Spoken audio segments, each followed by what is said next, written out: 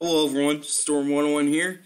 Today we'll be taking a look at what's going on right now. We're the sword Petra out in the East Coast, and also we'll be taking a look at the next system that will bring in potentially blizzard conditions up into the north, up into the plains, into Wisconsin. Plus, we're going to be talking about the severe weather that will be affecting parts of the South. So now we're going ahead and get started with the FE3 GFS here. So what we got going on right now, actually let's go to radar first. So what we got going on radar right now, some of that snow is starting to move out. We got a mix of sleet and freezing rain for a lot of people, parts of Pennsylvania, Maryland, Delaware, New Jersey, and Virginia. Now all this here is going to continue, but when the warm front passes through, it's going to be an all-rain event. You're not going to see snow on the backside of this cold front, really. But all I can tell you is when that rain starts to come through here, all that stuff is going to melt. Because it's going to be above freezing, it's going to be raining, going to melt the snow that's going to be on the ground. So y'all got limited time if y'all want to go outside and play in the snow. So yeah, there's that. Let's take a look at the FE3 GFS here. So system moves out into Canada. Looks like we got a little bit of a weak surface low there. Then here comes this low pressure. This is going to intensify very rapidly. You can see there's even purples in Kansas. And while going on in severe weather side of things, there's going to be a warm front that passes through the Ohio River. You got your cold front.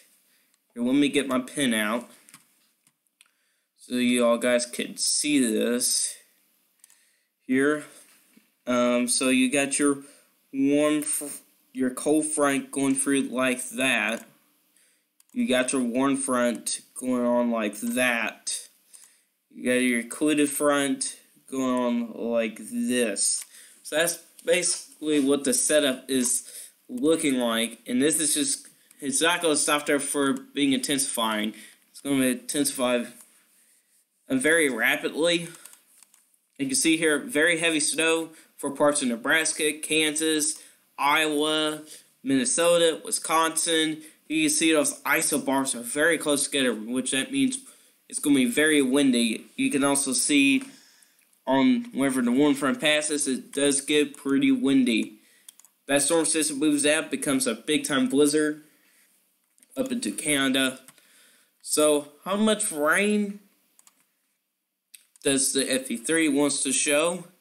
Well, for the rain-wise, it looks to be the highest amount of probably 5.5 inches of rain, which goes from Kentucky all the way down to Mississippi. There's a good rain over there in the west. The amount of snow, you can see here, snowfall totals could be up to 2 feet. And that's a possibility. There from the storm system, you can see here it starts off in Kansas, goes up northeast into Wisconsin, into Canada. There. So there's their FE3. Let's go ahead and take a look at the Euro here. The amount of rain accumulation from this, so it's going to be in the next 5 days here. A lot of rain showing. They here around Kentucky, maybe up to 6 inches of rain. That is a lot of rain for the next 5 days here. And that stretches down into Tennessee and Mississippi. How much snow can we be seeing here? Oh, here's the Euros side here. Looks to be up to 15 inches, just a lot less of snow, but you can still see some blizzard conditions, though. Now let's go ahead and go to the severe weather side of things on the Euro. Here, so we're going to skip it to, I think, Friday afternoon.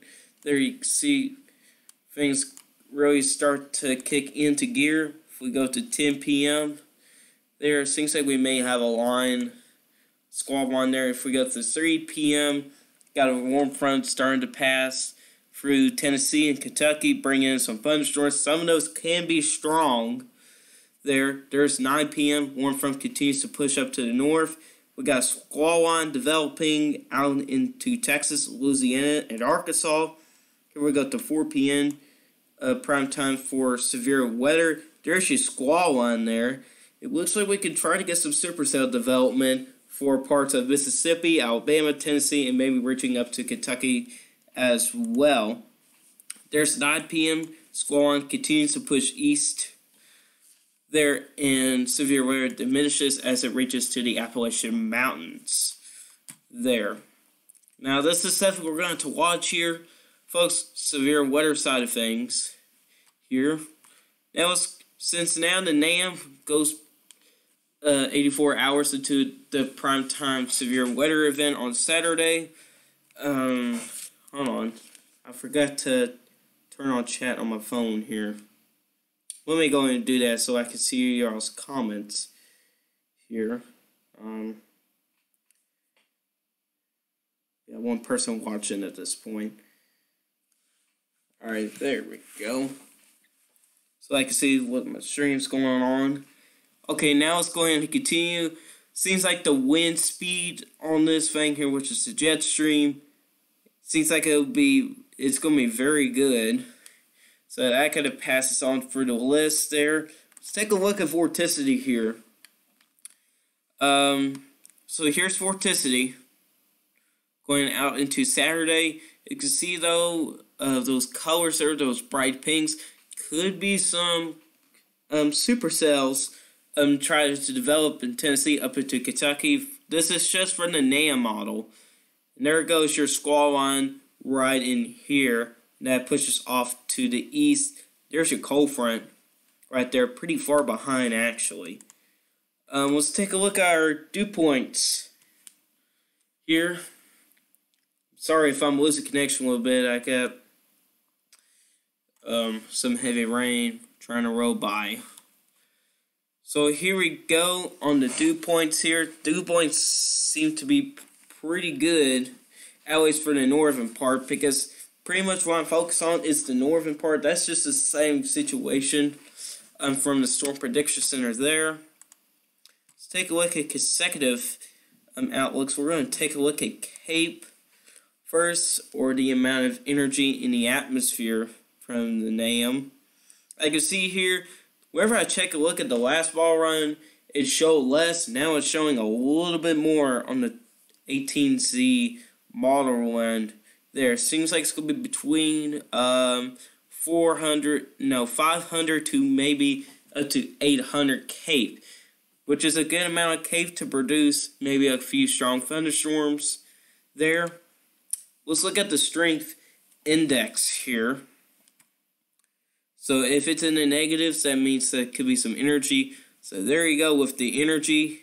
Looks like we'll have some pretty good energy for supercell development. -3 for a few areas down there to the south.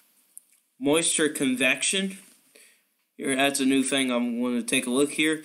You can see here, those dots there could be, those are some scatter storms there. Those there could be strong, severe, could produce a tornado if it's a supercell. That's a possibility. There's your squall on there, pushing eastward there. Now let's go ahead and look at the lap rates here. So lap rates around here, seems like your cold front, I think at this point it's actually going to be right in here. And there is some good low level lap rates there, which is a good thing. That's an ingredient to severe weather here. Here's mid-level lap rates here. In the middle levels of the atmosphere, not much there. There isn't much to it. EHI, I think we'll get to the south in just a moment here. EHI, yeah, EHI, there's not much for EHI there. Both goes pretty much up as far as 2. Helicity, it's big time up to, I've seen yesterday's small run, up to 600, which that is a lot. Putting all this stuff together, we're going to take a look at the supercell composite. So I'm going to let this load in. So here's the supercell composite from the NAM. Here you can see it wants to spit out an enhanced risk. Looks to be along there, along the squall line. There, a 5. So let's take a look at those forecast soundings. Tornado, you got the cap is open for the most part. It's closed at the top, but you can tell here, there's all the ingredients are in to try to produce some severe weather. So this can be hard to forecast here, and this can be a bust for a few people's forecasts. But this is it. This is something to watch. Significant tornado, I don't think it's not going to be much of a threat. Actually, there is actually some yellow in there for significant tornado. I'll show you all the Storm Prediction Center's idea. Almost forgot about that. He had tornado there. It looks good for the most part for tornado development. So it's this area here to watch. Now, some National Weather Service, I cannot show you all the ingredients from the Euro because I do not have that. The only thing I can show you from the Euro is like the thunderstorm activity, which that kind of gives me an idea where there could be some strong to severe thunderstorms if it goes like really high in the bar. So yeah, I can't really show you all that, but I think this is where they're getting some of this info from. Here. Alright, we'll go to here, and let's go into the Storm Prediction Center here. We'll see what they have to say here. Hi, just me, hoping I'm not in the path of the blizzard. Well, hopefully not. If you're like a snow lover, it could be a good thing, because you can see up to 2 feet of snow, possibly, which is up into Minnesota and Wisconsin. So there's day 1 there, and that could be much of a threat. I think there were some tornadoes. Tornado warnings this morning. I can't even do a live stream because I was at school at that time. Here's day 3, though. Marginal risk for parts of Oklahoma, Texas, Louisiana, Mississippi, and Arkansas. Will not be too surprised if it gets upgraded to a slight risk. The Euro is predicting for a chance of strong to severe thunderstorms around in that area. Alright, here we go for the big day, which is day 4. If y'all don't even know this here, this went pretty far into day 6. Whoops. A couple days ago. So here's day 4. It has expanded a lot. It has expanded eastward into Alabama, Central Tennessee, and Kentucky there. And I heard my local National Weather Service, which is at Louisville, they said this might continue to go eastward, the severe weather threat, which I can't agree on it because I think the main reasoning for it is actually going to be that squall line. It's going to be big time for a good chunk of people. Now, like they said here, wherever I read this article here, it's actually going to be the northern part of this slight risk that's the area to be watched, because it has the better chance, possibly, for all the severe weather development. So, here we go. Highest severe weather probability appears to be a swath of parts of the Ozark and lower Mississippi Valley into Tennessee and lower Ohio valleys. See there's a warm front that passes through along there. And it says it could be supported for severe thunderstorm potential. It could develop northward into several portions of the Great Lakes region, which I think at this point that's a marginal risk way up that way around the Great Lakes region. It's pretty far. If we go up here, I think that is millibars there. 850 to 700, which is pretty good. 100 knots, that's big time there. Now, the last paragraph is what got my attention. If you actually look down here, this environment may also support this great supercell development in advance of the squall line. In addition to the risk, damaging consecutive wind gusts, that's going to be the primary threat right now with that squall line, there appears to potential for tornadoes, including some could be strong. Now, what they mean by strong is probably EF2+, and that is what you see like on the Storm Prediction Center's Outlook. Hatched is like the black marks there, a special black mark there. That's EF2+, and that's a possibility there for that. So here's the areas again, stretching from northern Louisiana, stretching a little bit northeast into Kentucky and southern Indiana. So if y'all seen from yesterday's Outlook, it was a little bit smaller, and it's actually a little bit more back to the west. Now it's pushed into the east here. So let me show y'all my forecast here. So this is the southern part of the threat here. So there's two parts here. So this is day 4 here. The last time I talked about this here, I think it was 1 or 2 days ago here. So the wind speed is going to be very good. Vorticity is going to be good. Dew points are going to be very good. The Cape's going to be good. The EHI, the low mid-level lap rates, is going to be okay. The helicity is going to be good. The strength index is going to be good as well. The main threats are going to be the damaging winds and the heavy rain, and flash flood threat will be added in there after getting a lot of rain from this system here. Around my area, I got almost 2 inches of rain just last night. And we did have a few flooding problems around here, but they were not major, though. The large hair tornadoes will be a low to medium threat. This is for right now. Things will change from there. Now let's look here, go to the northern threat of things here. So this is to the north, and this here should be the 20th here. 20th, day 4. There we go. Wind speed is going to be very good. Vorticity is going to be very good. Dew points are going to be good. Safe for Cape. Well, mid-level lap rates are actually going to be good this time for right now. EHI is going to be okay. Helicity is going to be very good. The strength index is going to be good. The damaging winds and the heavy rainfall, flash flooding, is going to be the primary threat at this point. The large hail, the tornado threat, is going to be staying medium. The best chance you'll probably see those two is probably from an isolated storm that could be a supercell, and that is a possibility there. I'm not going to make a map yet because this is on day 4 here, so I'll make my map. But all I can tell you is that the best chance for severe weather, which if I done my map right now, it will be an enhanced risk for the northern part, because that's the main area of focus where most of green is at, especially for the jet stream and the vorticity itself is going to be really going along in there. And that's also the same thing for helicity.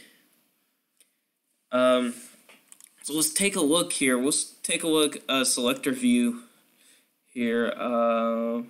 Let's see here. Which one is it? It's not the southwest. I think it's just the southeast, isn't it? Hope I got this right. Or it says southern Great. Okay. Here we go. This is the area I wanted. So let's go ahead and take a look through our ingredients here. It's my channel offline, guys. Is it cutting off?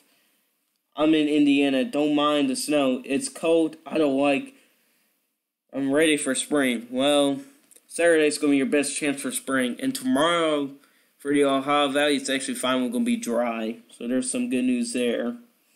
Crazy weather, snow on the ground here. Thunderstorms just south. Yeah, weather can be pretty crazy. Alright, now let's go ahead and continue. Here, as you can see here, the wind speed is going to be pretty good there. Vorticity in here. as you can see here, it's actually pretty high to the north. It's actually not that great to the south there. That's why, like I was saying, that most of this stuff is actually going to be to the north and not for the south. Now let's go ahead and take a look at dew points. I think the dew points are going to be very good for the south here. I didn't really look into the southern part here all that often. So we're going to see what it actually going to say. Yeah, dew points are going to be pretty good. Up into the higher 60s there, which is pretty good.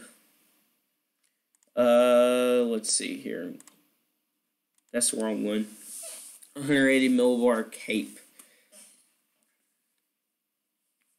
Let's see.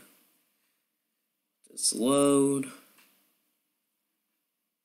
Alrighty, here's Cape. Today wasn't much really in there. Okay. There's Saturday. So the Cape is kind of the same thing. It's a little bit high in Arkansas there. Up nearly 800. There's an area of nearly 900. That's an interesting thing. But we're still missing a couple of ingredients down there where Southern Louisiana. That's why there's not much of a risk there as of right now. I would imagine if they did like from, marginal to high risk in the 4 to 8 day, I would say there would be a marginal risk down there right now. If their prediction. Alright, here's your strength index. -4. It's almost kind of the same for the north. So it's kind of similar things here as the north is.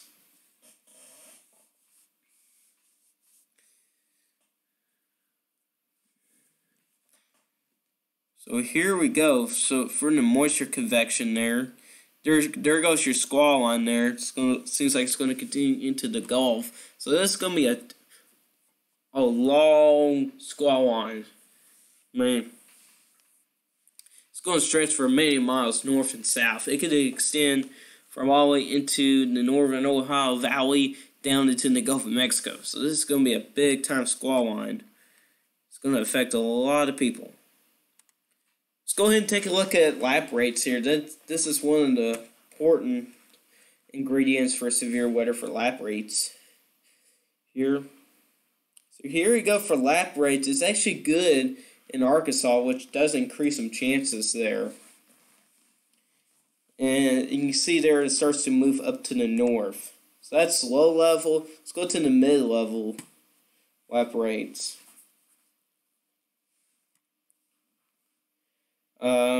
Here's mid-level lap rates. It's not great. It's up to 7. Which is not bad. It's not bad. EHI, this is going to be another important ingredient. So here you go for EHI. There's some high amount, a little bit higher amounts, 1.6. We'll check. We're going to check that. Let's see here. Yeah, it's good for a potential supercell development. Usually the only thing you really got to be focused on is right here. The Cape, though, is actually good for that area as well. That starts to push off to the east. Oops, that's the wrong kind of, let's see. I guess we could take a look at 3 km. Sure.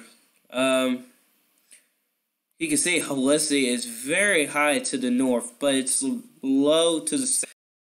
So the south, you do have the potential for severe weather, but, most of the ingredients are to the north. That's why everybody is pretty focused to the north than it is to the southern portions. But I think y'all get enhanced risk because there is some ingredients still around there. Alrighty, see if this can load, hopefully. There's a 6. Let's take a look at that. That could be a supercell there. The name wants to take a look into. Yeah, there's good Cape there. Shear's good. Potential tornado. for that area. Now, this is just an indication, guys. This here does not mean it's going to exactly happen right there. That's not what that means. The models are here just to help us predict the weather. That's what they are. Significant tornado. Your probabilities. There's a 3.4 there. So right now, most of the biggest risk is actually from northern Mississippi. Yeah, that does look pretty good. Cape value, though, is a little bit lower. We have 716, unfortunately. So right now, looking at models, looking at the NAM, its prediction, its best chance for severe weather, putting all these ingredients together, it seems like it's going to be around the Memphis area, which that means it could be going for parts of western Kentucky, southeastern Missouri, northeastern Arkansas, northern parts of Mississippi, in central and western parts of Tennessee. That is my prediction, where I can have an enhanced risk issue there with all these ingredients here, because that's where it seems to see where most of the ingredients are going to be put in place. So we're going to see what the Storm Predictioners got to see on this X Outlook. I would not be surprised they're going to issue an enhanced risk. I guarantee you. Because that's usually what they do. Even though the models show a high risk, like all of them do, usually they just slowly go up, like, slight risk has been going on for a while, but at some point, maybe like tonight, it's going to be enhanced. This is just an example. Then the next day could be moderate. So, yeah. So we're going to see here. If y'all got any questions, go ahead and put down in the chat, because I'm about to leave here in a couple minutes, because I've been live streaming for a little bit there. So I guess we go ahead and go back here. Uh-oh, that's not good. That is not good at all. I don't know how to...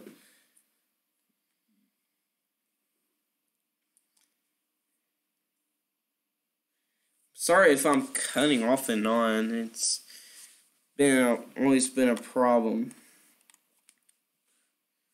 So the good fight. My prediction here is for your weather on Saturday. You're going to be starting as in the morning.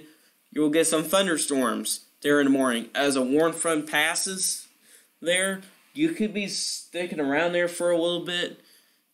And wherever you get to the warm sector, you get a better chance for severe weather development. Right now, our focus here is actually going to be Kentucky, southwestern, like I said earlier.